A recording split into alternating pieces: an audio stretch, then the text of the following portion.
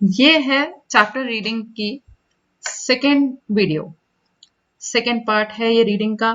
इसका इंट्रोडक्शन देखने के लिए चैप्टर का आप आई बटन पे क्लिक करें या डिस्क्रिप्शन बॉक्स में जाकर लिंक पर क्लिक करें, तो उससे आप इंट्रोडक्शन देख सकते हैं।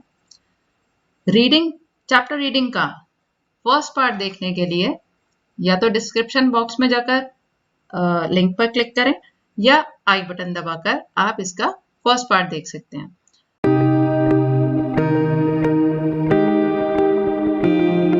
The Russian Revolution. In one of the least industrialized of European states, this situation was reversed. अब जो इंडस्ट्रियलाइज कम थी यूरोपियन स्टेट्स में से एक ऐसी जगह जहां पे इंडस्ट्रियलाइजेशन अभी कम हुई थी, तो ये सिचुएशन थोड़ी उल्टी थी।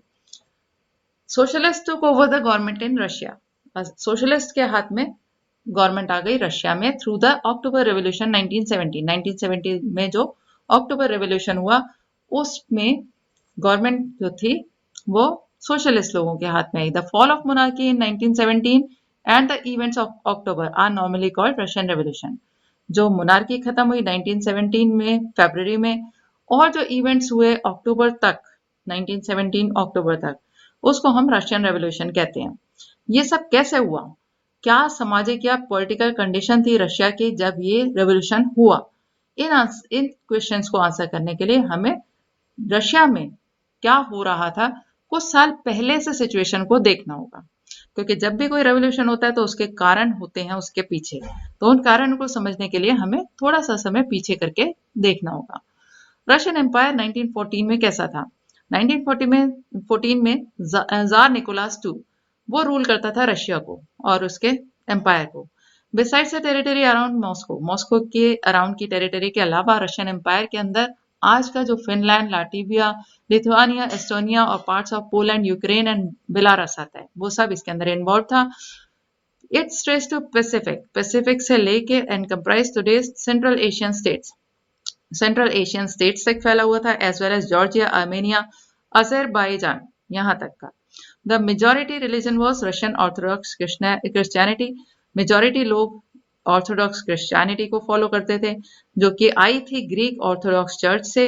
But the empire also included Catholics, Protestants and Muslim and Buddhist. और इसके अंदर रिलीजन का क्या क्या रिलीजन इसके अंदर ऐड थे, बुद्धिस्ट लोग भी थे, मुस्लिम भी थे और कैथोलिक्स के साथ प्रोटेस्टेंट्स भी थे।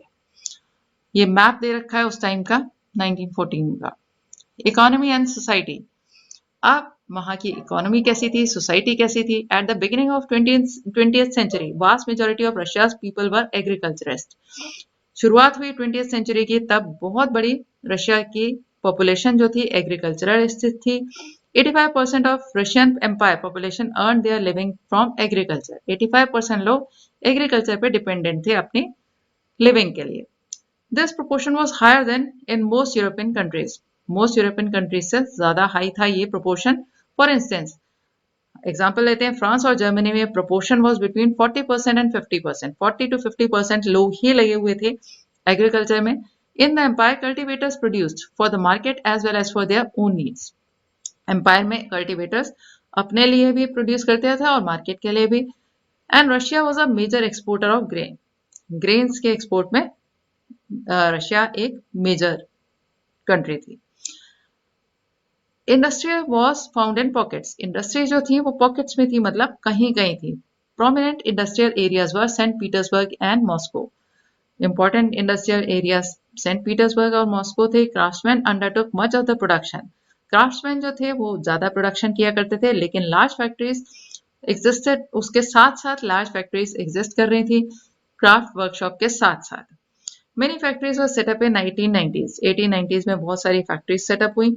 When Russia's railway network extended, railway network के एक्सटेंड होने के साथ साथ नई नई इंडस्ट्रीज भी आई and foreign investment in industry increase, और फॉरेन इन्वेस्टमेंट भी होने लगा इंडस्ट्री में। कोल प्रोडक्शन जो था वो डबल हो गया, iron and steel output quadruple, 4 times हो गया। बाय द 1900s आते आते in some areas factory workers and craftsmen were almost equal in number, तब फैक्ट्री वर्कर्स और क्राफ्ट्समैन का नंबर लगभग बराबर हो गया था। Most industry was private property of industrialist, ज्यादातर इंडस्ट्री जो थी प्राइवेट प्रॉपर्टी थी इंडस्ट्रियलिस्ट की. Government supervise large factories, government supervise किया करती थी लार्ज फैक्ट्रीज को इंश्योर करने के लिए कि मिनिमम वेजेस पे की जा रही हैं या नहीं, लिमिटेड आवर्स ऑफ वर्क है कि नहीं. But factory inspectors could not prevent rules being broken, लेकिन फैक्ट्री इंस्पेक्टर्स जो थे वो रोक नहीं पाते थे इन रूल्स को तोड़ने से, मतलब तोड़े जाने से. यानी फैक्ट्री के जो ओनर्स थे वो इन रूल्स को जरूर तोड़ा करते थे, वेजेस कम दिया करते थे, वर्किंग आवर्स ज्यादा रखा करते थे. इन craft units and small workshop, craft unit या छोटी वर्कशॉप में working day was sometimes 15 hours और 10 to 12 आवर्स जो था वो फैक्ट्री में हुआ करता था. Accommodation varied from rooms to dormitories, accommodation जो होती थी या तो वर्कर्स को रूम दिए जाते थे या डॉर्मिटरीज. डॉर्मिटरीज इस तरह के हॉल्स होते हैं जिसके अंदर बहुत सारे वर्कर्स एक साथ रहने का मौका दिया जाता है. Workers were divided social groups, workers का ग्रुप जो था ऐसा सामाजिक ग्रुप था जो डिवाइडेड था. Some had strong links with villages from which they came, कुछों के बड़े स्ट्रॉन्ग लिंक्स थे उन विलेजेस के साथ जो जिनसे वो बिलोंग किया करते थे. Others had settled in cities permanently, यानी कुछ तो विलेजेस में जहां से वो आए थे वहां से लिंक बना रहता था उनका, कुछ परमानेंटली सेटल हो गए थे सिटीज में. Workers were divided by skill, skill के हिसाब से वो डिवाइडेड थे. Metal worker of Saint Petersburg record, एक मेटल वर्कर ने याद करके बताया पीटर्सबर्ग के, metal workers consider themselves aristocrats among other workers, metal workers जो हैं वो अपने आप को बहुत हाई फाई समझते हैं बाकी वर्कर से. Their occupation demanded more training and skill, क्योंकि उनका जो काम है उसके अंदर ज्यादा ट्रेनिंग और स्किल की जरूरत है. ऑब्वियसली ज्यादा ट्रेन है स्किल्ड है तो अपने आप को थोड़ा सुपीरियर समझते थे. Women made up 31% of factory labour force by 1914, 1914 तक वुमेन लगभग 31% तक काम करती थी फैक्ट्रीज में. But they were paid less than men, men से पेमेंट उनका कम हुआ करता था. Between half and 3/4 of men's wage, men का जितना वेज होता है उससे 3/4 या हाफ या 3/4 तक मिला करता था. Division among workers showed themselves in dress and manners too, अब जो डिविजन था वर्कर्स का वो उनके ड्रेसिंग स्टाइल से या मैनर से दिखाई देता था. Some workers formed association to help members in times of unemployment और फाइनेंशियल हार्डशिप्स, कुछ वर्कर्स ने एसोसिएशन बना रखे थे जो हेल्प करते थे अपने मेंबर्स को अगर उन्हें अनएम्प्लॉयमेंट का सामना करना पड़ता था या किसी तरह से पैसे की परेशानी उनके पास आती थी. But such associations were few, लेकिन ऐसे एसोसिएशन बहुत कम थे. डिस्पाइट डिविजन, डिविजन होने के बावजूद workers were did unite to strike work, strike करना मतलब जैसे स्टॉप कर देते हैं काम करना, तो उसमें अगर उनको जरूरत होती थी, ऐसे तो डिवाइडेड थे उनके वर्कर्स के, मेटल वर्कर अपने आप को ज्यादा सुपीरियर समझते थे बाकियों से, लेकिन किसी टाइम पे अगर स्ट्राइक करनी है, when they disagreed with employers, अपने एम्प्लॉयर के साथ अगर डिसएग्री होते थे या किसी का डिसमिसल कर दिया जाता था, किसी को डिसमिस कर दिया जाता था, काम से निकाल दिया जाता था, या वर्किंग कंडीशन के ऊपर कोई बात होती थी, तब वो सब एक हो जाते थे. This strike took place frequently in textile industry, ये अधिकतर होती थी टेक्सटाइल इंडस्ट्री में during 1896 and 97, and in the metal industry during 1902, 1902 में मेटल इंडस्ट्री में भी इस तरह की स्ट्राइक्स हुई. इन द कंट्री साइड, और जहां विलेजेस की बात करें, peasants cultivated most of the land, अधिकतर लैंड पीजेंट कल्टिवेट करते थे. But the nobility, the crown and the orthodox church own large properties, और ज्यादा बड़ी प्रॉपर्टीज नोबिलिटी, क्राउन और ऑर्थोडॉक्स चर्च की ही होती थी. Like workers peasant too were divided, जैसे वर्कर्स डिवाइडेड थे पीजेंट भी डिवाइडेड थे. They were also deeply religious, deeply वो रिलीजियस थे. But except in few cases they had no respect for the nobility. कहीं कहीं को छोड़ के अधिकतर लोग नोबिलिटी के प्रति कोई रिस्पेक्ट नहीं रखते थे. Nobles got their power and position through their services to tsar, nobles को उनकी पावर या पोजीशन कैसे मिलती थी, जो सर्विसेज वो जार को दिया करते थे उसके हिसाब से. नॉट थ्रू लोकल पॉपुलैरिटी, ऐसा नहीं होता था कि लोकल पॉपुलैरिटी जिसकी ज्यादा है उसको पोजीशन या पावर ज्यादा मिल जाए, ऐसा नहीं होता था. जार जिन्हें ज्यादा देता था वो पावर या पोजीशन, उनको उनकी मतलब पोजीशन और पावर जार को जितनी सर्विसेज दे रहे थे उसके हिसाब से डिसाइड होती थी. This was unlike France where during the French revolution in Britain peasants respected nobles, ये थोड़ा सा उल्टा है, जैसे हमने फ्रांस में देखा था, फ्रेंच रेवोल्यूशन जब चला था, तब नोबल्स को वो रिस्पेक्ट किया करते थे peasants and fought for them, और अगर जरूरत पड़ती थी उनके लिए लड़ाई में भी शामिल हो जाया करते थे। In Russia peasants wanted the land of the nobles to be given to them. Russia में थोड़ा उल्टा था, पीजेंट चाहते थे कि जो नोबल्स का लैंड है वो उनको दे दिया जाए। फ्रीक्वेंटली दे रिफ्यूज टू पे रेंट। अधिकतर वो ऐसा होता था कि वो रिफ्यूज कर देते थे कि रेंट नहीं पे करेंगे। And even murdered landlords, landlords का कई बार मर्डर भी हो जाता था। इन 1902 this occurred on a large scale in south Russia. South Russia में 1902 में ऐसा बहुत बार हुआ। And in 1905 such incidents took place all over Russia. 1905 में ऐसे इंसिडेंट्स पूरे रशिया में होने लगे। Russian peasants were different from other European peasants in another way. दूसरी तरीके से भी रशियन पीजेंट थोड़े अलग थे यूरोपियन पीजेंट से। दे pulled their land together periodically. Periodically वो अपने लैंड को पूल कर लिया करते थे, इकट्ठा कर लिया करते थे। एंड देयर कम्यून, एक कम्यून बना लिया करते थे जिसे मीर कहा जाता था। तो उसके अंदर सबने अपना जैसे छोटे छोटे लैंड इकट्ठे पूल कर लिए, divided it according to the needs of individual families. और फिर उसके बाद उसका जो हार्वेस्ट आती थी उसका डिवीजन हो जाता था इंडिविजुअल फैमिलीज की नीड्स के अकॉर्डिंग। अब सोशलिज्म रशिया में कैसे आया?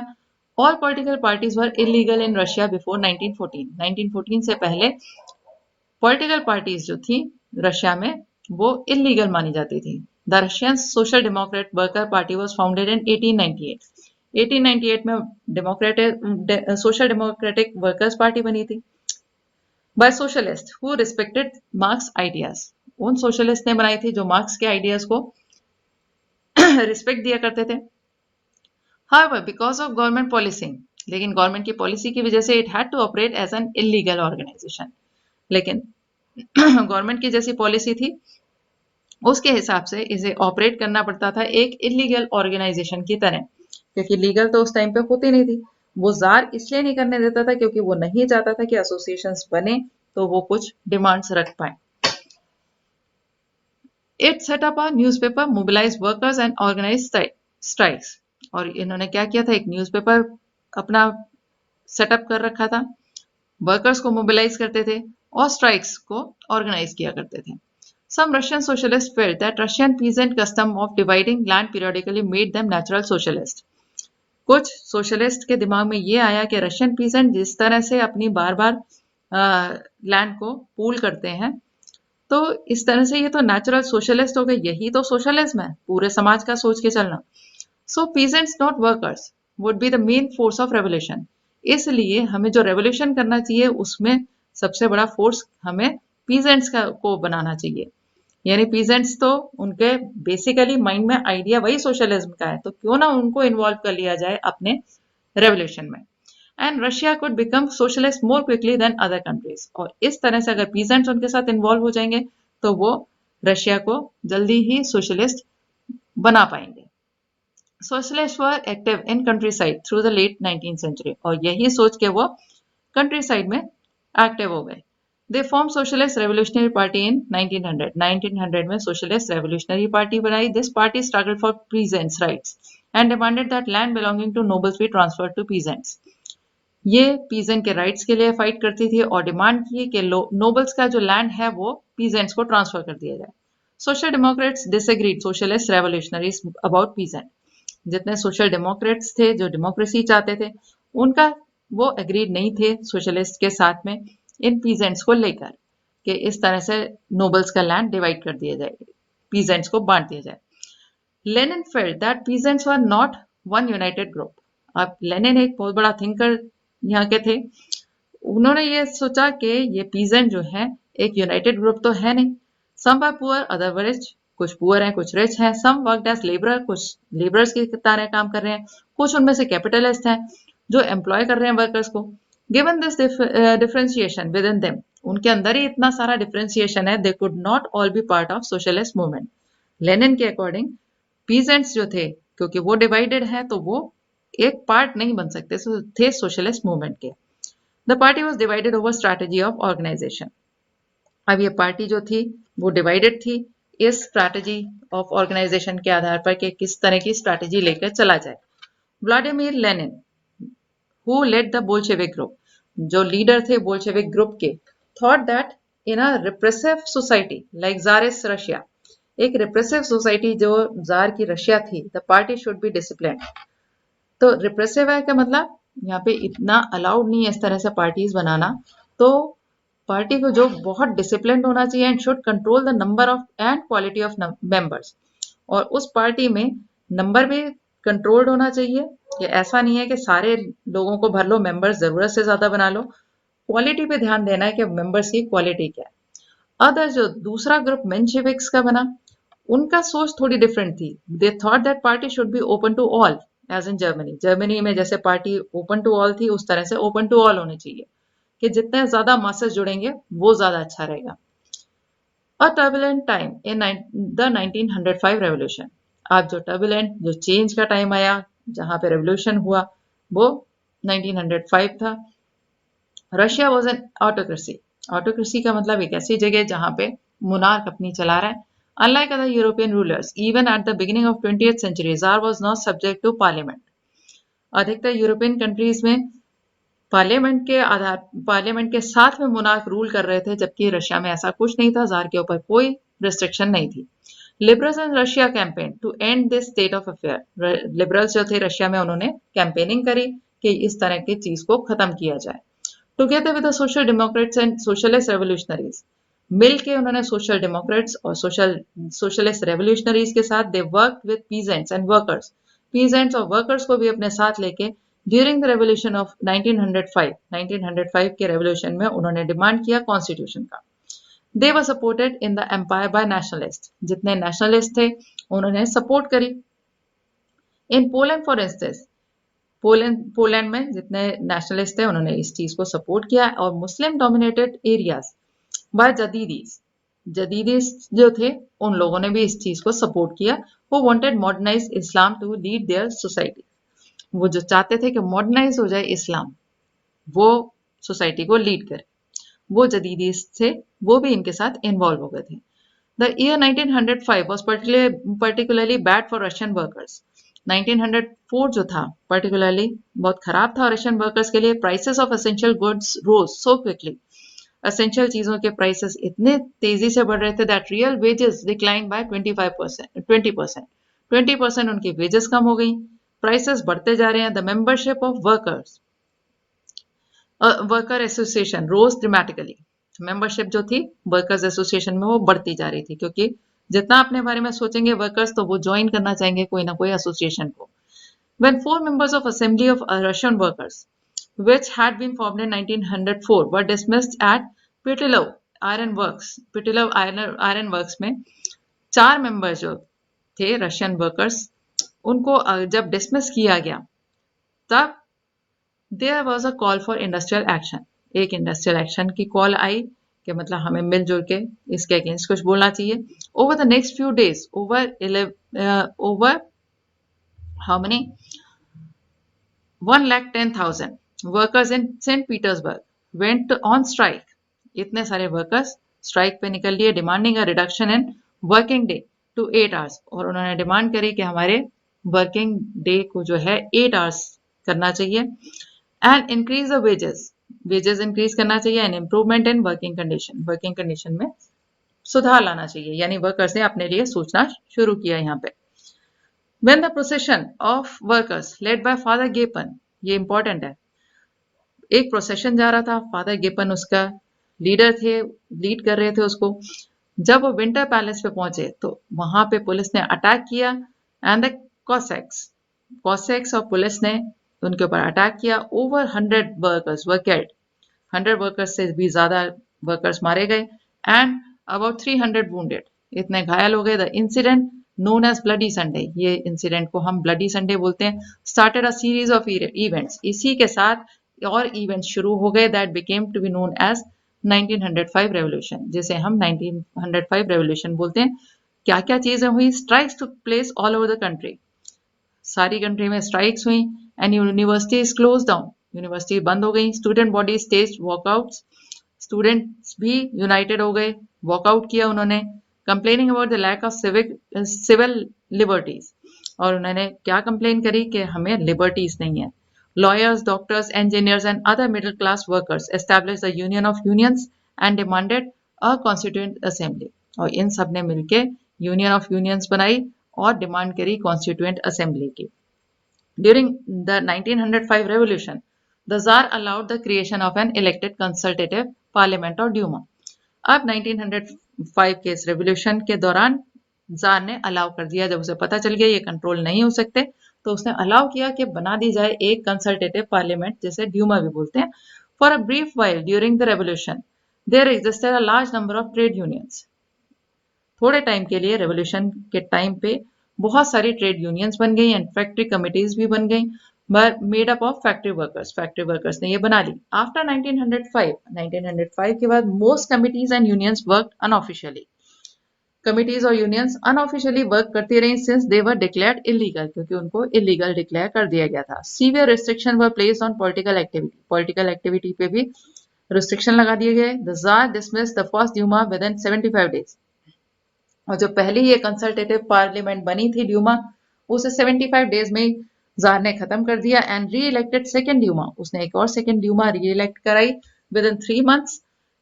He did not want any questioning of his authority, क्योंकि वो नहीं चाहता था कि कोई भी क्वेश्चन लगाए उसकी अथॉरिटी पे, और रिडक्शन इन हिज पावर, ना इसकी पावर रिड्यूस होने पाए। He change the voting laws and pack the third Duma. अब उसने वोटिंग लॉज भी चेंज करे ड्यूमा के, और थर्ड ड्यूमा को भी उसने पैक कर दिया, यानी हटा दिया विद कंजर्वेटिव, भर दिया उसको कंजर्वेटिव पॉलिटिशियंस के साथ। कंजर्वेटिव यानी जार के सपोर्टर्स, जो पुरानी चीज में बिलीव करते हैं। जार के सपोर्टर्स थे वो आ गए थर्ड ड्यूमा में। Liberals and revolutionaries were kept out. Liberals और रेवोल्यूशनरीज को बाहर ही रखा गया, यानी ये भी एक ऐसा स्टेप था जिसमें वो चाहता था कि ड्यूमा ऐसी हो जो उसका ही कहना मानती हो, जार का। The first world war and Russian empire. 1914 में war broke out between two European alliances. दो बड़े यूरोपियन अलायंसेस थे, जर्मनी, ऑस्ट्रिया एंड टर्की, जिसको हम सेंट्रल पावर भी बोलते हैं, और फ्रांस, ब्रिटेन एंड रशिया। बाद में इटली और रोमेनिया ने भी इनको ज्वाइन किया था। Each country had a global empire. हर कंट्री का एक ग्लोबल एम्पायर था, जगह जगह पे उनका राज्य चल रहा था। And the war was fought outside Europe as well as in Europe. जो वॉर हुई थी वो यूरोप के बाहर भी और यूरोप के अंदर भी हुई थी। This was the first world war. First world war थी रशिया में। War was initially popular and people rallied around tsar Nicholas.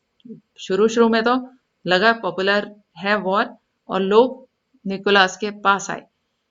As a war continued, लेकिन वॉर जब कंटिन्यू करी through though, tsar refuse to consult the main parties in the Duma. Tsar ने refuse किया कि वो consult नहीं करेगा Dumas से। सपोर्ट वॉर थिन, अब इसकी सपोर्ट थोड़ी कम हो गई। Anti German sentiments ran high. German के अगेंस्ट सेंटिमेंट्स बहुत ज्यादा यहाँ बढ़ गए। As can be seen in the renaming of Saint Petersburg. जैसे कि सेंट पीटर्सबर्ग एक जर्मन नेम था, तो उसका नाम हटाकर उसको पेट्रोग्राड रखा गया। तो ये बताता है एंटी जर्मन सेंटिमेंट्स यहाँ चल रहे थे। Zarina Alexandra's German origin and poor advisors, especially a monk called Rasputin, made the aristocracy unpopular। जारीना जो थी वो जारीना एलेक्जेंड्रा, वो जर्मन ओरिजिन से थी, और उसके एडवाइजर भी अच्छे नहीं थे। खास तौर पे एक मॉन्क था जिसका नाम रेस्पुटिन था, लोगों को वो पसंद नहीं था। उसके कारण ये एरिस्टोक्रेसी जो चल रही थी वो और अनपॉपुलर हो गई, लोगों को और बुरी लगने लगी। The First World War on the Eastern Front differed from the Western Front। Eastern boundary पे जो लड़ाई हो रही थी उसमें और वेस्टर्न बाउंड्री में अंतर था। In the West, armies fought from trenches stretched along the eastern France। आर्मीज लड़ रही थी ईस्ट वेस्ट में, ट्रेंचेस में से, जो ईस्टर्न फ्रांस के साथ जिसकी बाउंड्री लगती थी। ईस्ट में आर्मीज moved a good deal. East में आगे बढ़ती गई army and fought battles leaving large casualties. और वहां पे खूब लड़ाई हुई और उसके अंदर बहुत सारे लोग मारे गए। डिफीट्स वर शॉकिंग, बहुत हार का सामना करना पड़ा। डीमोरलाइजिंग थी, लोगों का मॉरल डाउन होने लगा। रशिया's armies lost badly in Germany and Austria। Germany Austria में इनकी बहुत हार हुई between 1914 and 16। There were over 7 million casualties by 1917। 1917 तक 7 मिलियन लोग मारे गए। As they retreated, पीछे हटे, the Russian army destroyed crops and buildings to prevent the enemy from being able to live off the land। Russian army जब पीछे हटती जा रही थी तो वो साथ के साथ बिल्डिंग्स को और क्रॉप्स को डिस्ट्रॉय करते जा रहे थे ताकि जो एनिमी उसके पीछे अंदर घुस के आएगा उसको ये सब चीजें ना मिले। The destruction of crops and building led to over 3 million refugees in Russia.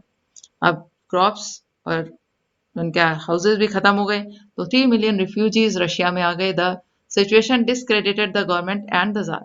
और इसका सारा डिस्क्रेडिट किसको मिला? गवर्नमेंट को और जार को। Soldiers did not wish to fight such a war. अब सोल्जर्स बिल्कुल लड़ना नहीं चाहते थे इस वॉर को। The war also had a severe impact on industry. और वॉर का एक बहुत बुरा इफेक्ट पड़ा इंडस्ट्री के ऊपर भी। Russia's own industries were few in number. Russia की अपनी इंडस्ट्री पहले ही कम थी and the country was cut off from the other supplies of industrial goods by German control। और जर्मन कंट्रोल इनके एरियाज पर लगते ही वहां से इंडस्ट्रियल गुड्स भी आना बंद हो गया। बाल्टिक सी तक जो जर्मन का कंट्रोल हो गया था उसके कारण इंडस्ट्री की सप्लाईज भी आना बंद हो गया।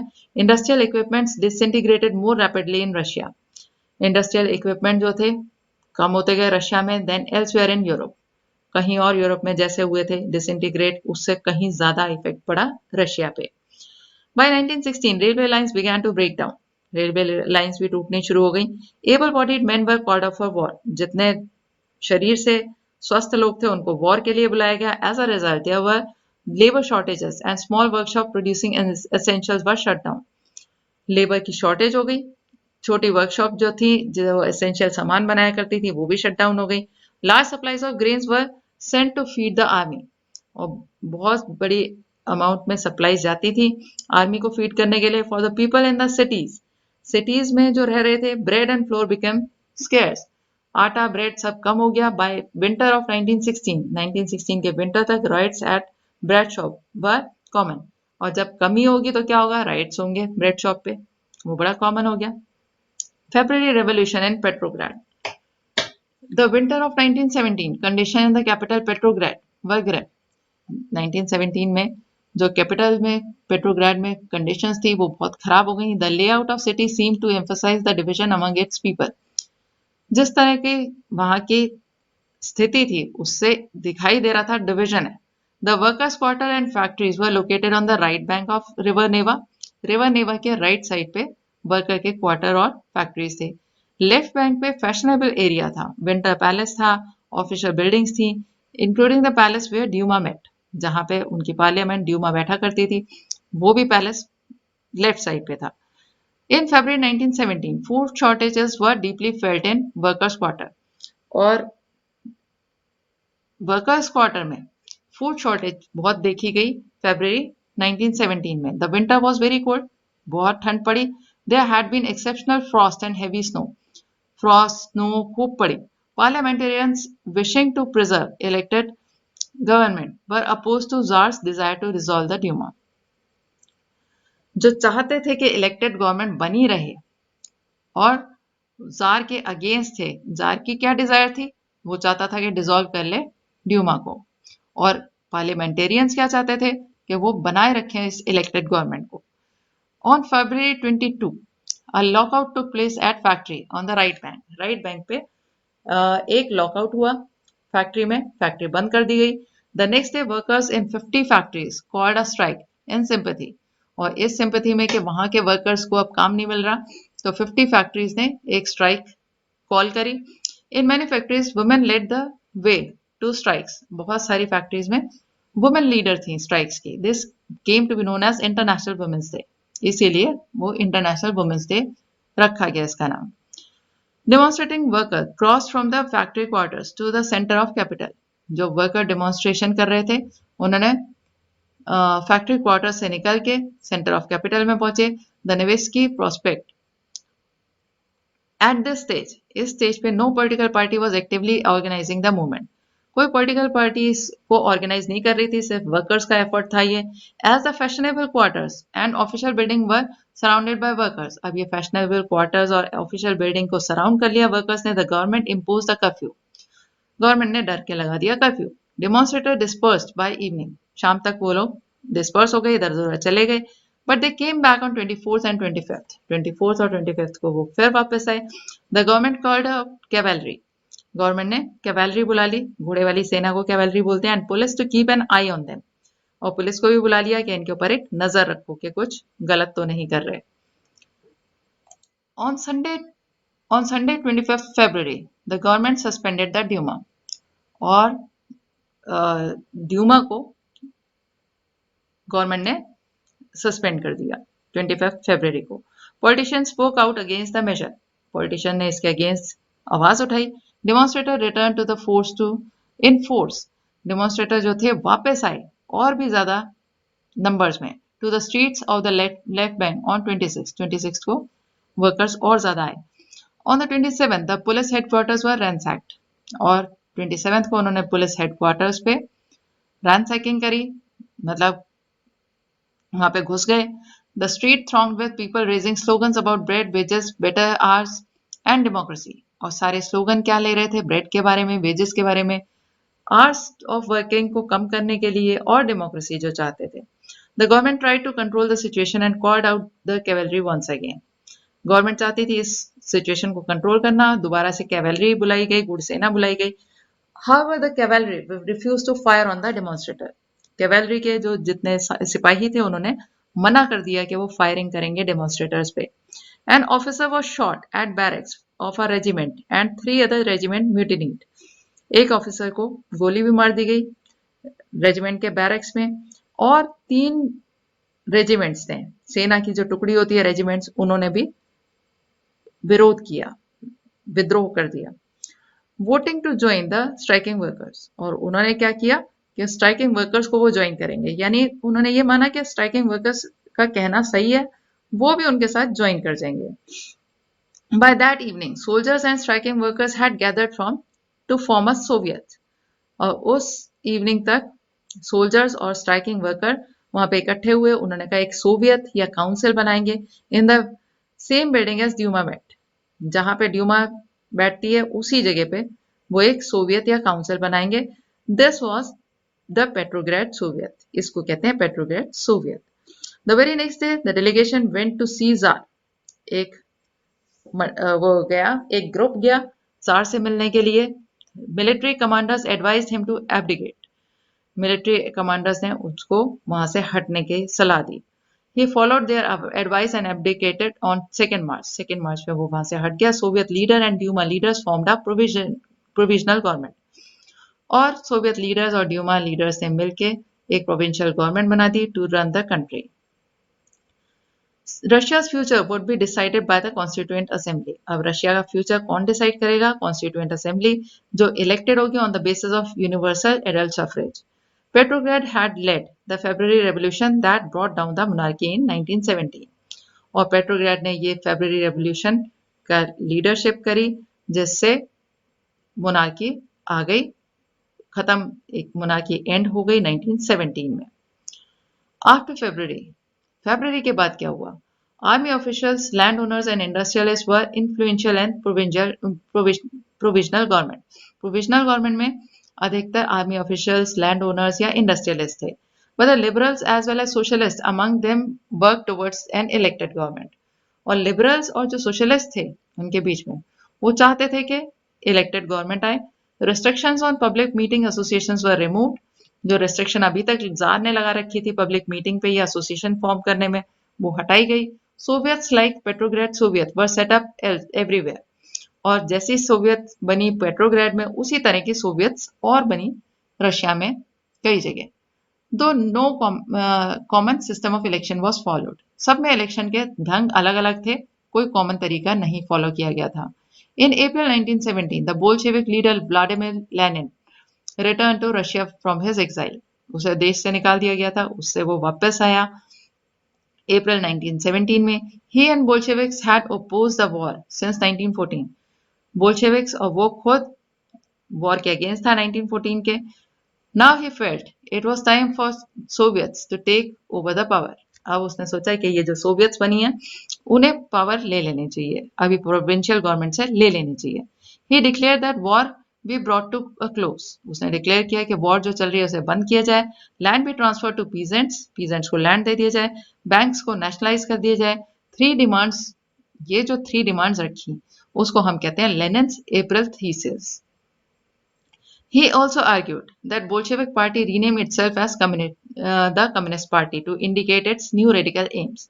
और बोल्शेविक पार्टी का एक नया नाम रख दिया जाए कम्युनिस्ट पार्टी, ताकि उसके जो रेडिकल एम्स हैं वो उसके नाम से ही क्लियर हो जाए।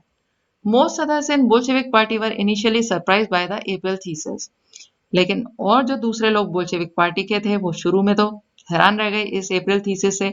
दे thought that the time was not yet ripe for a socialist revolution. वो सोच रहे थे कि अभी ये टाइम ऐसा नहीं आया है कि हमें सोशलिस्ट रेवोल्यूशन करें, और provisional government needed to be supported. इस समय जो प्रोविजनल गवर्नमेंट बन गई है, समय ऐसा है कि इसको हमें सपोर्ट करना चाहिए। But the development and subsequent months, लेकिन जो डेवलपमेंट हुए आने वाले मंथ्स में उसने चेंज कर दिया उनका attitude. Through the summer the workers movement spread.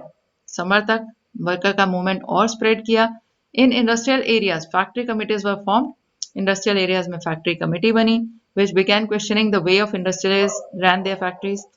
तो इंडस्ट्रियलिस्ट के ऊपर उन्होंने क्वेश्चनिंग शुरू करी। Trade unions grew in number. Trade unions और नंबर में बढ़ गए, क्योंकि रिस्ट्रिक्शन पहले था, अब रिस्ट्रिक्शन खत्म हो चुका था। Soldiers committees were formed in the army. Army में सोल्जर्स ने अपनी कमिटीज बनाई। इन जून about 500 Soviets were sent representatives to an all Russian Congress of Soviets. जून में 500 सोवियट्स ने अपने अपने रिप्रेजेंटेटिव भेजे एक all Russian Congress of Soviets बनाने के लिए। कांग्रेस मतलब एक बड़ा सा ग्रुप सारी इन सोवियट्स का, जो सोवियट्स इलेक्ट हो गई थी। As the provisional government saw its power reduce. अब प्रोविंशियल गवर्नमेंट में जो लोग हैं उन्होंने देखा हमारी पावर कम हो रही है, एंड बोल्शेविक का इन्फ्लुएंस जो वो बढ़ता जा रहा है। It decided to take stern measure. उन्होंने कहा एक सख्त कदम उठाने पड़ेंगे अगेंस्ट द स्प्रेडिंग डिसकंटेंट, जो ये असंतोष फैल रहा है उसको बचाने के लिए। It resisted attempts by workers to run factories. उन्होंने रोका जिन जो अटेम्प्ट्स कर रहे थे वर्कर्स फैक्ट्रीज को रन करने के लिए, एंड बिगैन अरेस्टिंग लीडर्स। और उनके लीडर्स को अरेस्ट करना शुरू किया। Popular demonstrations stage by Bolsheviks in 1917 were sternly repressed. Popular demonstration जो बोल्शेविक्स ने किए 1917 में, उनको दबाया गया। Many Bolshevik leaders had to go into hiding और फ्ली। बहुत सारे बोल्शेविक लीडर्स को या तो भागना पड़ा या छुपना पड़ा। Meanwhile, in the countryside, अब कंट्री साइड में क्या हो रहा है? Peasant and their socialist revolutionary leaders, peasants और उनके जो सोशलिस्ट रेवोल्यूशनरी लीडर्स थे वो प्रेशर डाल रहे थे रीडिस्ट्रीब्यूशन ऑफ लैंड पे, कि दोबारा से डिस्ट्रीब्यूट किया जाए land. Land committees were formed to handle this, और उसके लिए लैंड कमिटीज बनाई गई। Encourage by the socialist revolutionaries, peasants seized land between July and September 1917। और सोशलिस्ट रेवोल्यूशनरीज ने उनको साथ दिया, तो पीजेंट को लैंड मिल गया जुलाई और 17 सितंबर के बीच में, जुलाई और सितंबर 1917 के बीच में। The Revolution of October 17. As the conflict between provincial government and the Bolsheviks grew, conflicts बढ़ने लगे अब provincial government और Bolsheviks के बीच में। Lenin feared the provincial government would set up a dictatorship. Lenin को ये डर लगा कि provincial government जो है वो dictatorship पे आ जाएगी, अपने चलाने पे आ जाएगी। In September he began discussions for an uprising against the government. सितंबर में उन्होंने डिस्कशन स्टार्ट किया कि हम अगेंस्ट चलते हैं इस गवर्नमेंट के। Bolshevik supported in the army, supporters in the army, Soviets and factories were brought together. Bolshevik के जितने सपोर्टर्स थे इस पार्टी के, आर्मी में, सोवियत में या फैक्ट्रीज में, उन सबको एक साथ लाया गया। On 16th October 1917, Lenin persuaded the Petrograd Soviet and Bolshevik Party to agree to a socialist seizure of power. 16 अक्टूबर 1917 को लेनिन ने तैयार कर लिया पेट्रोग्राद सोवियत को और बोल्शेविक पार्टी को कि वो एग्री कर जाएं सोशलिस्ट सीजर ऑफ पावर में, मतलब सोशलिस्ट पावर को सीज कर लें। अब यहाँ की रशियन पावर को सोशलिस्ट अपने हाथों में ले लें। A military revolutionary committee was appointed by Soviet under Leon Trotsky to organize the seizure. और एक मिलिट्री रेवोल्यूशनरी कमेटी बनाई गई सोवियत ने जो अपॉइंट की थी, सोवियत ने अपॉइंट की थी, और लियोन ट्रॉट्स्की इसके लीडर थे। The date of the event was kept secret. अब ये सीजर पावर का किस दिन किया जाएगा ये एक सीक्रेट रखा गया ताकि वो उन्हें काम से कोई रोक ना सके।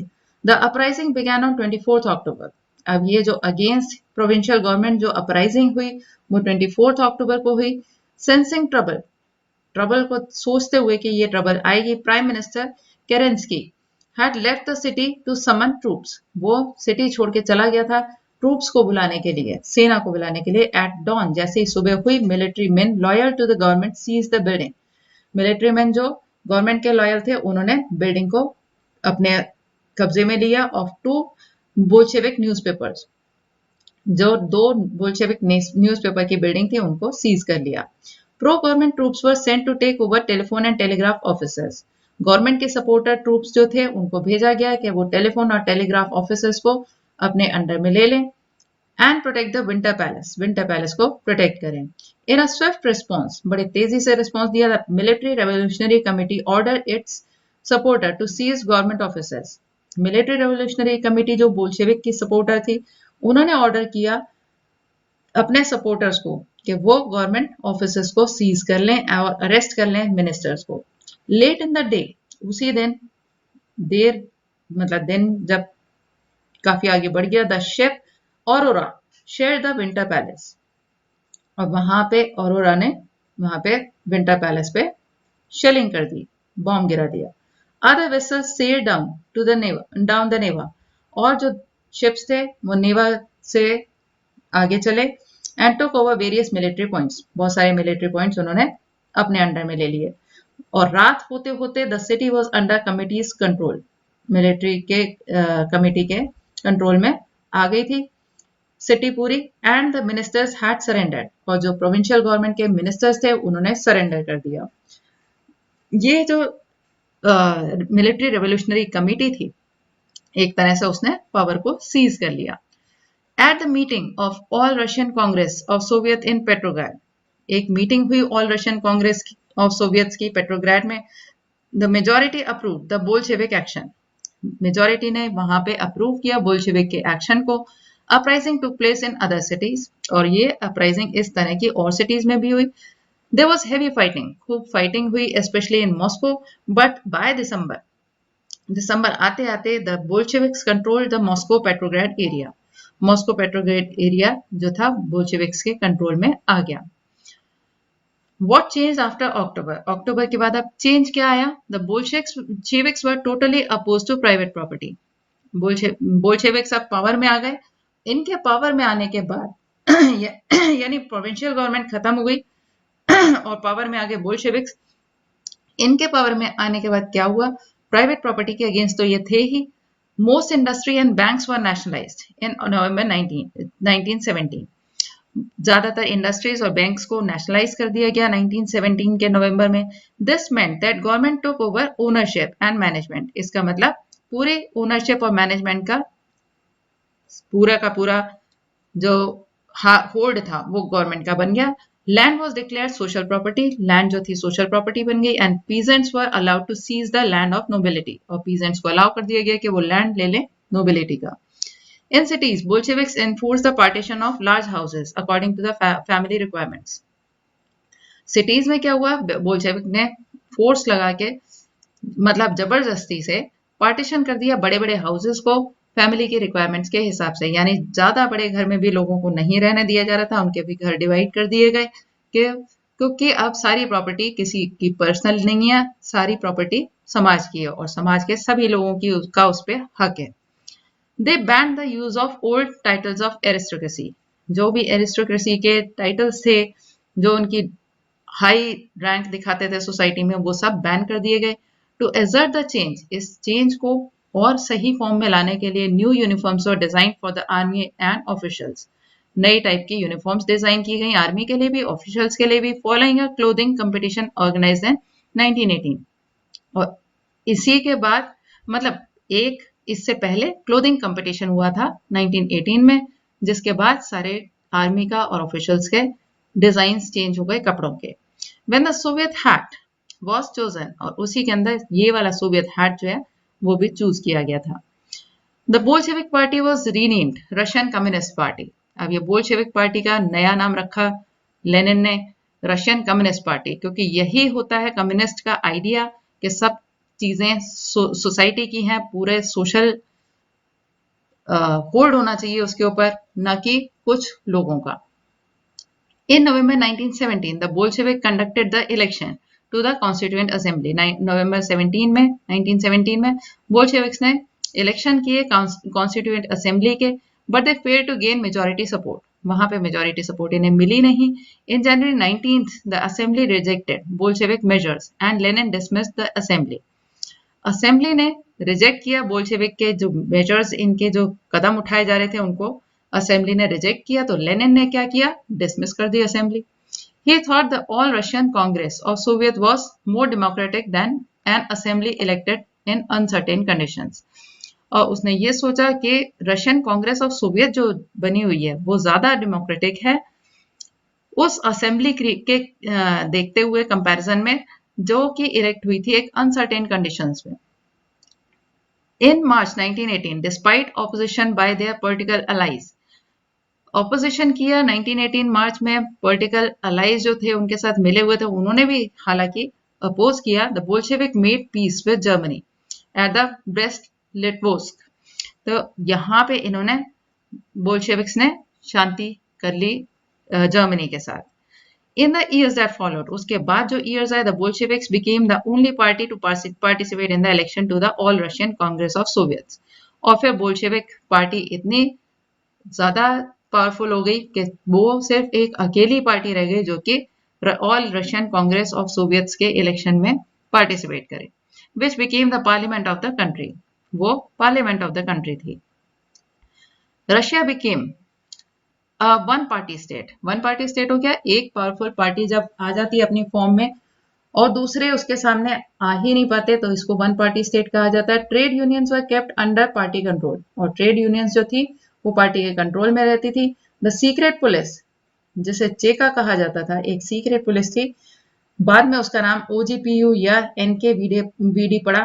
Punish those who criticise the Bolsheviks, तो वो किस लिए थी, इसलिए कि बोल्शेविक्स के अगेंस्ट जो भी बोलेगा उन्हें पनिश किया जाएगा। Many young writers and artists rallied to the party because it stood for socialism. बहुत सारे यंग राइटर्स, आर्टिस्ट ये सब पार्टी की तरफ आए क्योंकि ये सोशलिज्म का आइडिया था जो उन्हें अच्छा लगता था। एंड फॉर चेंज, ये चेंज लेके आई थी party. After October 1917 this led to experiment in arts and architecture. 1917 के बाद इसमें कुछ एक्सपेरिमेंट्स होने लगे आर्ट्स और आर्किटेक्चर के फील्ड में, but many became disillusioned because of the censorship of the party encouraged. लेकिन बहुत सारे लोगों का ये जो इल्यूजन था कि ये बहुत अच्छी पार्टी है, ये धीरे धीरे खत्म होने लगा क्योंकि उन्हें पता चला कि सेंसरशिप अब लग गई है। जो पार्टी ने एनकरेज करी थी, सेंसरशिप लगाई थी, उससे ये पता चल गया कि असलियत में ये फ्रीडम नहीं मिल रही है, ये अपने पावर को बनाए रखने के लिए क्या कर रहे हैं। अब शुरू होता है the civil war. When the Bolsheviks ordered land redistribution, अब बोल्शेविक्स ने लैंड रीडिस्ट्रीब्यूट करने का एक नया आइडिया निकाला कि सारे किसानों को उनके जितना हिस्सा बनता है समाज के हिसाब से वो सब दे दिया जाए, रीडिस्ट्रीब्यूट कर दिया जाए लैंड को।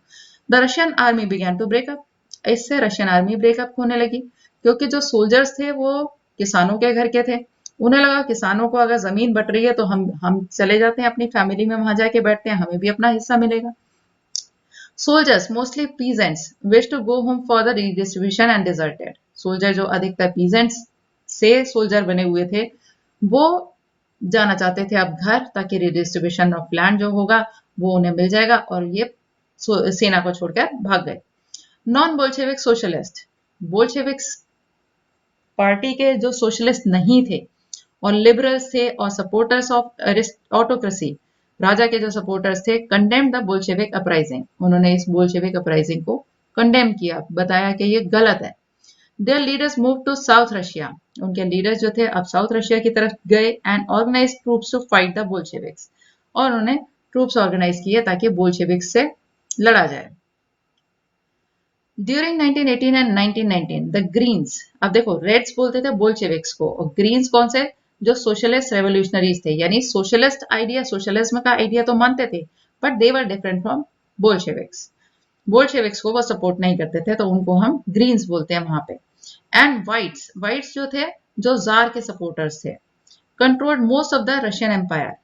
और 1918 और 19 में क्या हुआ, ग्रीन्स जो थे सोशलिस्ट रेवोल्यूशनरी और वाइट्स जो थे वो उन्होंने रशियन एम्पायर का काफी कुछ एरिया होल्ड कर लिया। They were backed by French, American, British and Japanese troops, और उनके सपोर्ट में थे ये सारे ट्रूप्स फ्रेंच, अमेरिकन, ब्रिटिश और Japanese. All those forces who were worried at the growth of socialism in Russia. ये सारे वो फोर्सेस थे जिनको सोशलिज्म अच्छा नहीं लग रहा था, रशिया में बढ़ रहा था. As these troops and Bolsheviks fought a civil war. अब ये ट्रूप्स और बोल्शेविक्स की सिविल वॉर हुई. Looting, banditry and famine became common. उससे लूटना या डाका डालने या फेमाइन, खाने की कमी पड़ जाना, ये सारा बहुत कॉमन हो गया वहां पे. Supporters of private property among whites took harsh step with peasant who had seized land. जो सपोर्टर थे प्राइवेट प्रॉपर्टी के, व्हाइट्स के अंदर आते थे. जो व्हाइट्स कौन थे? जो जार का सपोर्टर थे. उन्होंने बड़े हार्श स्टेप लिए उन पीजेंट्स के साथ में जिन्होंने लैंड को सीज कर लिया था नोबल्स के. Such action led to the loss of popular support for the non Bolsheviks. ऐसे एक्शन के कारण पीजेंट्स क्योंकि अगेंस्ट हो गए, इसलिए उनके जो पॉपुलैरिटी थी, जो सपोर्ट उन्हें मिल रही थी नॉन बोल्शेविक्स को, वो हट गई. By January 1920, the Bolsheviks controlled most of the former Russian Empire. और फिर उसके बाद 1920 तक दोबारा बोल्शेविक्स के पास वही पावर आ गई. रीजन क्या रहा? क्योंकि हार्ड स्टेप लिए थे उन्होंने पीजेंट्स के अगेंस्ट, जिन्होंने लैंड सीज कर लिया था बड़े प्रॉपर्टी ओनर्स का, लैंड ओनर्स का. This succeeded due to cooperation with non Russian nationalities and Muslim Jadidis. और ये सफल कैसे हुए बोल्शेविक्स वापस अपने पावर लेने में? तो उन्हें कॉपरेशन मिला नॉन रशियन नेशनलिटीज से.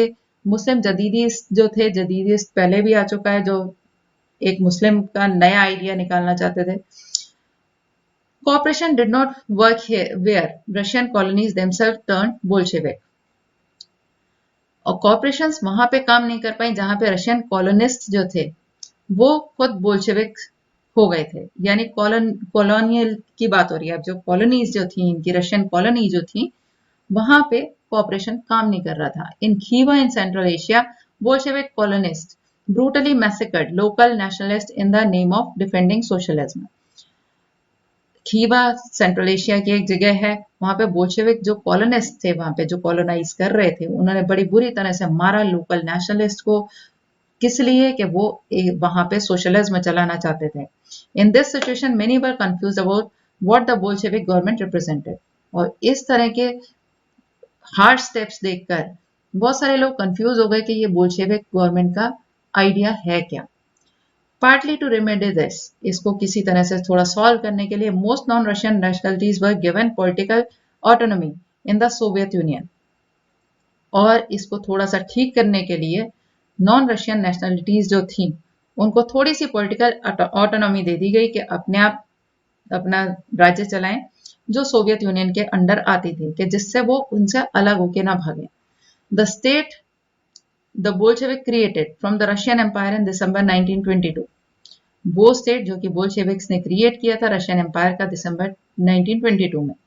But since this was combined with unpopular policies, लेकिन इसके साथ कुछ अनपॉपुलर पॉलिसीज थी जो बोल्शेविक्स ने फोर्स की थी लोकल गवर्नमेंट के ऊपर कि वो इनको फॉलो करें. Like harsh discouragement of nomadism. जो नोमैडिज्म था, नोमैडिज्म वो लाइफस्टाइल था उन लोगों का जो एक जगह पे नहीं रुकते, बल्कि एक जगह से दूसरी जगह अपनी अर्न लिविंग करने के लिए जो घूमते रहते हैं. उन लोगों का जो रहने का स्टाइल था, उसके अगेंस्ट थे बोल्शेविक्स. तो इस तरह की चीजें जो थी, वो लोगों को, वहां के जो कॉलोनीज थी, वहां के लोगों को परेशान कर रही थी. Attempts to win over different nationalities were only partly successful. जो इनका अटेम्प्ट था कि डिफरेंट नेशनलिटीज के ऊपर वो अपना आइडिया चलाएं, वो बहुत कम सक्सेसफुल था. Making a socialist society during civil war. अब ये जो सिविल वॉर हुआ था बोल्शेविक्स के साथ, the Bolshevik kept industries and banks nationalised. उन्होंने इंडस्ट्रीज और बैंक्स को नेशनलाइज ही रखा. They permitted peasants to cultivate the land that had been socialised. उन्होंने परमिशन दी पीजेंट्स को कि वो कल्टीवेट करें उस लैंड को जो कि सोशलाइज कर दिया गया था. Bolsheviks used confiscated land to demonstrate what collective work could be. Bolsheviks ने वो जो लैंड कॉन्फिस्केट किया था, ले लिया था बड़े बड़े लैंडलॉर्ड से, तो उसको यूज किया ये दिखाने के लिए कि कलेक्टिव वर्क कैसा होना चाहिए. A process of centralised planning was introduced. और एक प्लानिंग का सेंट्रलाइज्ड प्रोसेस शुरू किया गया. Officials assessed how the economy could work and set targets for 5-year period. 5-year period के लिए किस तरह से इकोनॉमी को हम ज्यादा अच्छा बढ़ा सकते हैं, कैसे सेट कर सकते हैं टारगेट्स, वो डिजाइन करना उन्होंने शुरू किया. On the basis they made a 5-year plans, और इस आधार पे उन्होंने 5-year plans बनाए. The government fixed all prices to promote industrial growth during the first two plans. First two plans में ताकि इंडस्ट्रियल ग्रोथ बढ़े तो गवर्नमेंट ने प्राइसेस फिक्स कर दिए. 1927 to 32 and 33 to 38 centralized planning led to economic growth. इससे centralise planning जो थी इकोनॉमिक ग्रोथ हुई, उसके कारण industrial production increase between 1929 to 33 by 100% in case of oil, coal and steel. इस तरह से प्रोडक्शन बढ़ गया ऑयल, कोल, स्टील का 100% बढ़ गया. New factory cities came into being, नई नई फैक्ट्री सिटीज बन गई. However, rapid construction led to poor working conditions. अब ये तेजी से जो कंस्ट्रक्शन होता जा रहा था उसके कारण पुअर वर्किंग कंडीशन तो होनी थी. In the city of Magnitogorsk the construction of steel plant was achieved in 3 years. Magnitogorsk में कंस्ट्रक्शन जो स्टील प्लांट का चल रहा था वो 3 साल लगे उसे बनने में. वर्कर्स लिव्ड हार्ड लाइव्स, बड़े मुश्किल लाइफ्स वो जीते थे. And the result was 550 stoppages of work in the first year alone. इसीलिए 550 टाइम्स काम रुका इसके प्रोसेस में, कंस्ट्रक्शन के. In living quarters in the winter time में लिविंग क्वार्टर जो होते थे एट 40 डिग्री बिलो, -40 डिग्री पे, people had to climb down from the fourth floor से उन्हें उतर के आना पड़ता था. And dash across the street in order to go to toilet जाने के लिए उन्हें इतनी मेहनत करनी पड़ती थी. An extended schooling system developed. अब एक स्कूलिंग सिस्टम नया डेवलप किया गया. And arrangements were made for factory workers and peasant to enter universities. और एक तरीका किया गया जिससे फैक्ट्री वर्कर्स और पीजेंट्स भी यूनिवर्सिटीज एंटर कर सकें. Creches were established in factories for the children of women के चिल्ड्रन की देखरेख के लिए क्रेचेस बनाए गए फैक्ट्रीज के अंदर. Cheap public health care was provided, सस्ती हेल्थ केयर प्रोवाइड की गई. Model living quarters was set up for workers के लिए क्वार्टर्स अच्छे से सेटअप किए गए. इसका मतलब ये पार्टी वर्कर्स के लिए तो अच्छा काम कर रही थी ताकि उनको अच्छी लिविंग कंडीशंस मिले. The effect of this was uneven, लेकिन इसका इफेक्ट जो था एक जैसा नहीं था. दो सिंस गवर्नमेंट रिसोर्सेज वर लिमिटेड, क्योंकि गवर्नमेंट के पास अपने पास ही रिसोर्सेज जो थे वो लिमिटेड थे. अब स्टालिन आया तो उसने स्टालिनिज्म चलाया, कलेक्टिवाइजेशन चलाया. वो कैसा रहा? The period of early plant economy was linked to the disaster of collectivization of agriculture. जो शुरू में प्लांट इकोनॉमी थी उसके साथ कुछ डिजास्टर्स रहे जो कलेक्टिवाइजेशन करने की कोशिश करी एग्रीकल्चर की. By 1927-28, the towns in Soviet Russia were facing an acute problem of grain supplies. 1928 में सोवियत रशिया जो थी वो फेस कर रही थी, बहुत ज्यादा ग्रेन सप्लाईज नहीं मिल रही थी. The government fix prices eight which grain must be sold. Government ने वो प्राइसेस फिक्स कर दिए जिसपे ग्रेन बिकना चाहिए, ताकि ऐसा ना हो कि ग्रेन्स की कमी में कोई बीच वाले फायदा उठा के उसको बहुत ज्यादा महंगा ना बेचें. But the peasant refuse to sell their grain to government buyers at these prices. लेकिन जो प्राइसेस थे वो कम थे, पीजेंट्स ने मना कर दिया कि हम इस प्राइस पर नहीं बेचेंगे.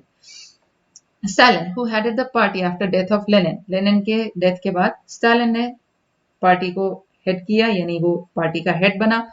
उसने इंट्रोड्यूस किया फर्म इमरजेंसी मेजर्स, कुछ पक्के इमरजेंसी के measures. He believe that rich peasant and traders in the country sides were holding stocks.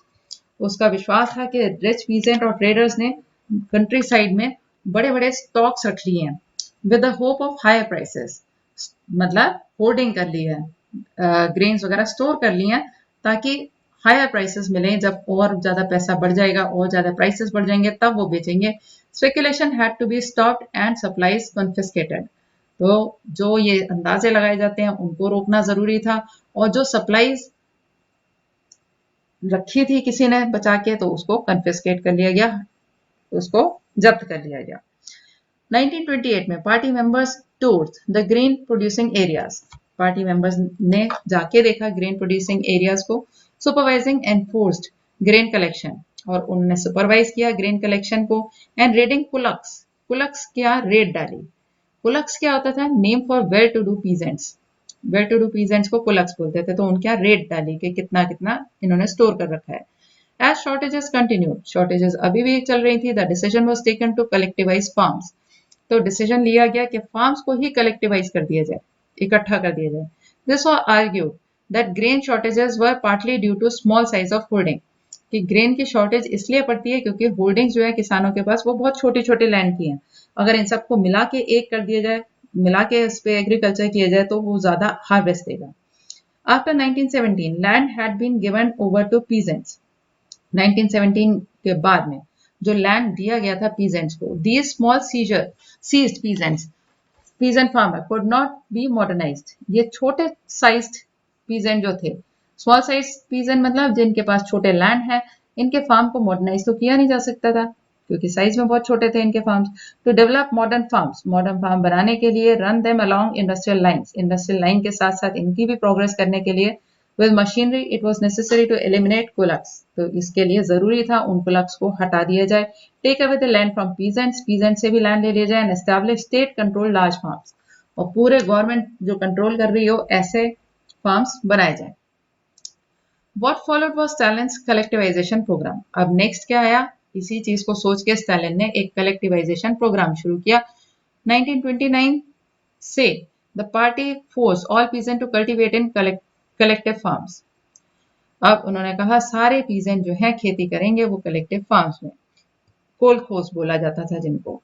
The bulk of land and implements were transfer to the ownership of collective farms, और जो land, बहुत बड़े बड़े land और implements ownership में आ गए इन collective farms के। Peasants work on land, peasant काम किया करते थे, एंड कोलखोस प्रॉफिट वाज शेयर्ड, और जो कोलखोस का प्रॉफिट आता था उसको शेयर कर लिया जाता था। Enraged peasant resisted the authorities.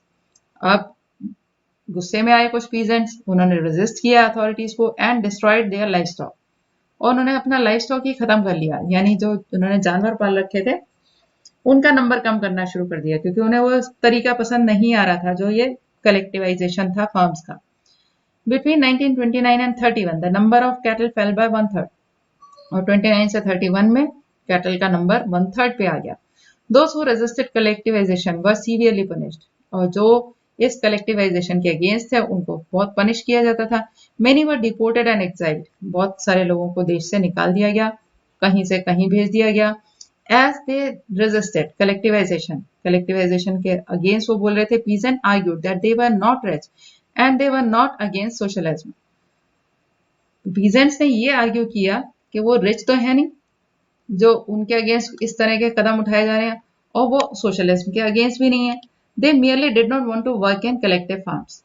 कारण सिर्फ इतना है कि वो कलेक्टिव फार्म्स में काम करना नहीं चाहते, वेराइटी ऑफ रीजंस की वजह से, क्योंकि एक ही फार्म में कलेक्टिव अगर कोई काम करेगा, कोई ज्यादा करेगा, कोई कम करेगा, और फिर प्रॉफिट जो है बराबर बढ़ जाएगा, इस तरह की चीजें हर एक को नहीं समझ आ रही होती। Stalin's government allowed some independent cultivation, इन्हें कुछ समझ आया तो स्टालिन गवर्नमेंट ने अलाउ किया थोड़ा सा इंडिपेंडेंट कल्टिवेशन भी अलाउ किया, बट ट्रीटेड सच कल्टिवेटर्स अनसिंपैथेटिकली। लेकिन ऐसे जो अलग हो जाते थे इनके कलेक्टिवाइजेशन प्रोग्राम से, उनके साथ वो कोई सिंपैथी नहीं रखते थे, यानी उनके साथ अच्छा व्यवहार नहीं होता था। In spite of collectivisation production did not increase immediately. Collectivisation कर तो लिया ये सोच के कि मॉडर्नाइजेशन हो जाएगा एग्रीकल्चर का, प्रोडक्शन बढ़ जाएगा, हार्वेस्ट बढ़ जाएगी, लेकिन प्रोडक्शन असलियत में बढ़ी नहीं एकदम से। In fact, the bad harvest of 30 through 33 led to one of the most devastating famines in Soviet history. और बैड हार्वेस्ट की वजह से 30 से 33 तक बहुत ज्यादा फेमाइन हुआ एंड सोवियत हिस्ट्री में, और 4 मिलियन लोग मर गए फेमाइन के कारण। Many within the party criticized the confusion in industrial production. बहुत सारे जो पार्टी के अंदर ही लोग थे, बोल्शेविक पार्टी के अंदर, कम्युनिस्ट पार्टी के अंदर, उन्होंने क्रिटिसाइज किया इस कंफ्यूजन को इन जो इंडस्ट्रियल प्रोडक्शन में आ रहा था under the planned economy. Planned economy के अंदर जो इंडस्ट्रियल प्रोडक्शन था उसको भी क्रिटिसाइज किया, and the consequences of collectivisation, और जो प्रभाव निकले थे कलेक्टिवाइजेशन के उनको भी क्रिटिसाइज किया गया। Stalin and his sympathisers charge these critics with conspiracy against socialism. और स्टालिन और उसके सिंपथाइजर्स, उसके सपोर्टर्स जो थे, उन्होंने जो ये कमियां निकाल रहे थे उसके कलेक्टिवाइजेशन प्रोग्राम में, या जो इंडस्ट्रियल प्रोडक्शन की, प्लान इकोनॉमी की थी, उसमें जो कमियां निकाल रहे थे, उनके ऊपर चार्ज लगाए कि ये कॉन्स्पिरेसी कर रहे हैं सोशलिज्म के against. Accusations were made through out the country. पूरी कंट्री में बहुत सारे लोगों को एक्यूज किया गया, आरोप लगाए गए। 39 तक 1939 तक over 2 million were in prison. 2 million लोगों को प्रिजन में डाल दिया गया और लेबर कैंप्स में डाल दिया गया। Most were innocent of the crimes. इनमें से ज्यादातर तो इनोसेंट्स थे, but no one spoke for them. लेकिन कोई इनके सपोर्ट में नहीं आया, क्योंकि जो सपोर्ट में आता वो भी अंदर जाता। A large number were force to make false confession. बहुत सारे लोगों को फॉल्स कन्फेशन भी करने पड़े, कि मतलब सही नहीं है, फिर भी कन्फेस किया उन्होंने कि हाँ हमारी ये गलती है, अंडर टॉर्चर, क्योंकि टॉर्चर कर करके उन्हें जबरदस्ती कन्फेस कराया जाता था। एंड वर एग्जीक्यूटेड, और उनको मार भी दी गया। Several among them were talented professionals. उनमें से बहुत सारे talented professionals भी थे। अब हम देखेंगे the global influence of Russian revolution and the USSR. पूरा जो देश, वो पूरा वर्ल्ड जो देख रहा था रशिया की तरफ कि ये एक नया स्टेप इन्होंने लिया है सोशलिज्म की तरफ, ये कैसा चल रहा है, तो क्या इन पे प्रभाव पड़ा। Existing socialist parties in Europe did not wholly approve of the way the Bolsheviks took power. जितनी सोशलिस्ट पार्टीज थी यूरोप में, वो उन्होंने अप्रूव नहीं किया, उन्होंने सही नहीं माना जो तरीका था बोल्शेविक्स ने जिस तरह से पावर ली थी, एंड केप्ट इट, और उसको अपने पास रखा था। However the possibility of worker state fired people's imagination across the world. लेकिन जो वर्कर का स्टेट बन रहा था, उसका वो सबके दिमाग में पूरे वर्ल्ड में आया। In many countries communist parties were form, और उन्हें ये कम्युनिस्ट का आइडिया अच्छा लगा जिसमें वर्कर्स की इतनी सपोर्ट हो रही थी, तो बहुत सारी कंट्रीज ने अपने भी कम्युनिस्ट पार्टीज बना ली।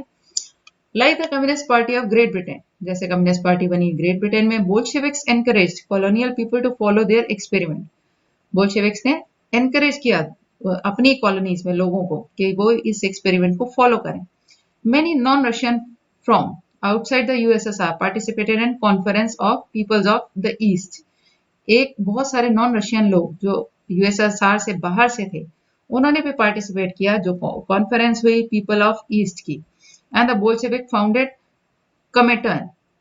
कॉमिटर्न ये इन्होंने बनाई थी एक international union of pro Bolshevik socialist parties. तो इसमें पार्टिसिपेट किया लोगों ने, ताकि उन्हें भी ये आइडिया पता चले, बहुत अच्छे से पता चले, और वो उसको अपने आप ही लागू कर सकें। Some received education in the USSR communist university. Communist university भी सेटअप कर दी गई यूएसएसआर में, और बहुत सारे लोगों ने वहां पे एजुकेशन भी ली। Of the workers of East, ये क्या थी, ये communist university of the workers of East, इसको ज्वाइन किया। By the time of outbreak of Second World War, और सेकेंड वर्ल्ड वॉर शुरू होने तक USSR had given socialism a global face and the world stature. और Second World War तक USSR ने इस सोशलिज्म को एक ग्लोबल फेस दे दिया था। पूरे ग्लोब में इसको लोग रिकॉग्नाइज करने लगे थे, पहचानने लगे थे, और पूरे वर्ल्ड का एक स्टैंडर्ड इसको दिलवा दिया था। Yet by 1950s it was acknowledged within the country. 1950s आते आते कंट्री ने खुद एक्नॉलेज किया, खुद माना इस चीज को, that the style of government in USSR was not in keeping with ideals of Russian revolution. Russian revolution जिस कारण से हुआ था, जो आइडियल्स बनाए रखने थे, वो यूएसएसआर में नहीं चल रहे थे। In the world socialist movement to it was recognised that all was not well in the Soviet Union. World के जितने सोशलिस्ट मूवमेंट भी चल रहे थे, उन्होंने भी ये पहचाना कि जो भी चल रहा है सोवियत यूनियन में, वो सब सही नहीं चल रहा है। A backward country had became a great power. लेकिन एक बैकवर्ड कंट्री जो थी, ग्रेट पावर तो बन गई थी। It's industries and agriculture had developed. Industry और एग्रीकल्चर सब डेवलप कर गया था। And poor were being fade, और पुअर को भी खाना मिल रहा था। ये तो अच्छा ही थी, but it had denied the essential freedom to its citizen. लेकिन सिटीजन्स को जो एसेंशियल फ्रीडम मिलनी चाहिए वो नहीं मिल रही थी। And carried out it's developmental projects through the repressive policies. और अपने जो डेवलपमेंटल प्रोजेक्ट्स थे वो दबाव डालने की पॉलिसीज पे आधारित थे। By the end of 20th century, अब 20th सेंचुरी का एंड आते आते, international reputation of USSR as a socialist country, international जो रेपुटेशन बनी हुई थी यूएसएसआर की कि वो सोशलिस्ट कंट्री है, वो डिक्लाइन कर गई। though it was recognized that socialist ideals still enjoyed respect among people. Reputation USSR की सोशलिस्ट कंट्री की तरह कम हो गई, लेकिन ये रिकॉग्नाइज जरूर किया गया कि सोशलिस्ट आइडियाज जो हैं वो अभी भी रिस्पेक्ट पा रहे हैं लोगों के बीच में, यानी अभी भी लोगों को सोशलिस्ट आइडिया तो पसंद आ रहे थे। But in each country the ideas of socialism were rethought in the variety of different ways. लेकिन सारी कंट्रीज ने दोबारा से इन आइडियाज को सोशलिज्म के समझा कि इसको दोबारा से विचार करने की जरूरत है अलग अलग तरीके से। तो ये जो बॉक्सेस में दे रखा है वो आप ध्यान से पढ़ेंगे जरूर, क्योंकि इसके रिलेशन में ये सब दे रखा है। रवीन्द्रनाथ टैगोर ने क्या लिखा है रशिया के बारे में, an Indian arise in Soviet Russia in 1920, वो क्या आपने विचार देता है। तो ये जो है ये सपोर्ट की चीजें हैं, ये भी आपको करनी है। I think the chapter is now clear to you. Thank you.